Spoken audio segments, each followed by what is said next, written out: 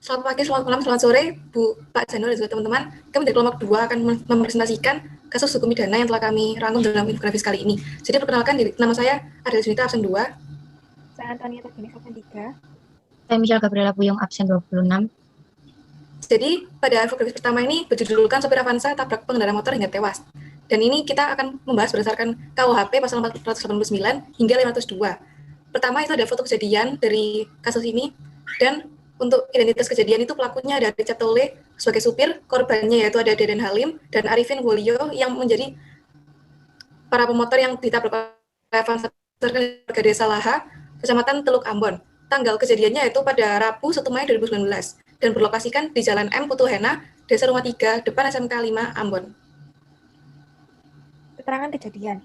Kasus yang terjadi adalah tabrakan, yakni sopir Avanza yang menabrak pengendara motor hingga pengendara motor tersebut meninggal dunia. Yang selanjutnya ada riwayat pelanggaran. Nah, riwayat pelanggaran ini sering terjadi di Indonesia. Dan pada kejadian ini disebabkan sopir Avanza dalam kondisi mabuk sehingga kehilangan kendali untuk menyetir mobil. Dan upaya penegak hukum dan sanksi untuk pelaku adalah menetapkan sopir Avanza tersebut sebagai tersangka dan menindaklanjuti lebih dalam lagi terkait masalah ini. Belum dijelaskan pasti sanksi yang didapat pelaku, karena dijelaskan di sumber masih ditindaklanjuti lebih dalam dan menetapkan sopir Avanza sebagai tersangka.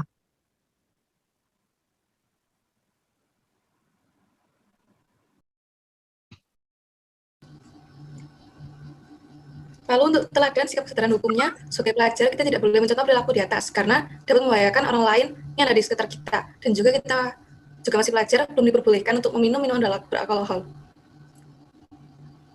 Pasal KUHP dan juga pelanggaran pidana kejadian.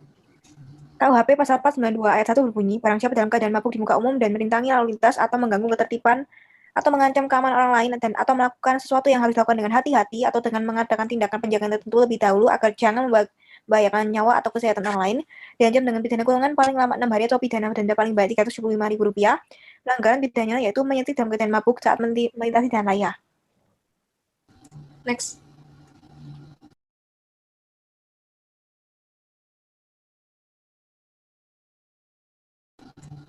Yang selanjutnya, kasus kedua ini ada judulnya yaitu diduga mabuk, pengendara mobil ugal-ugalan hingga tertabrak pohon di Bogor. Yang pertama keterangan kejadian. Adanya seorang pengemudi yang mabuk dan akhirnya menyetir ugal-ugalan hingga menabrak sebuah batang pohon yang sangat membahayakan bagi khalayak umum. Identitas kejadian. Peristiwa ini terjadi pada tanggal 7 Juli 2021. Pelakunya ialah pemilik mobil dengan plat nomor B2433KFF. Korban dari peristiwa tersebut ialah adanya orang yang di jalan terkena tabrakan ringan.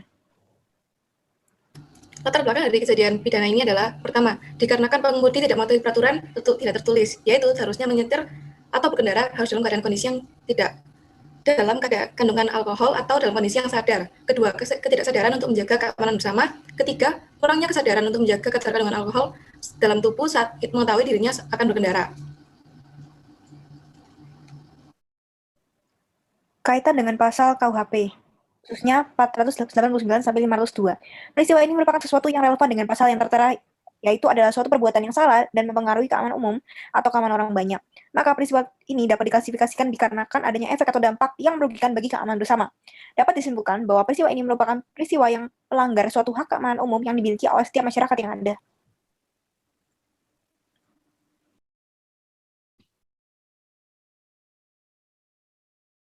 Bisa dilanjutkan oleh jenis untuk saksi pidana. Saksi pidana terhadap berlaku. Adanya denda sebanyak Rp375.000 serta adanya penjara 6 hari.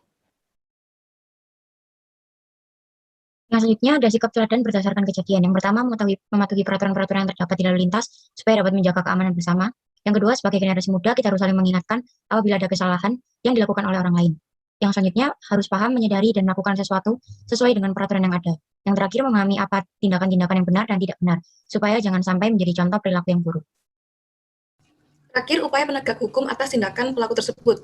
Polisi sebagai aparat penegak hukum pertama-tama menangani dan menyelidiki apa saja pasal yang dilanggar oleh pelaku, lalu dibawa ke jaksa untuk diadili menurut ketentuan hukum dan akan jatuhi dengan hukuman yang ada serta dengan sistematika yang telah ditentukan. Sekian dari presentasi kelompok kami. Terima kasih. Terima kasih.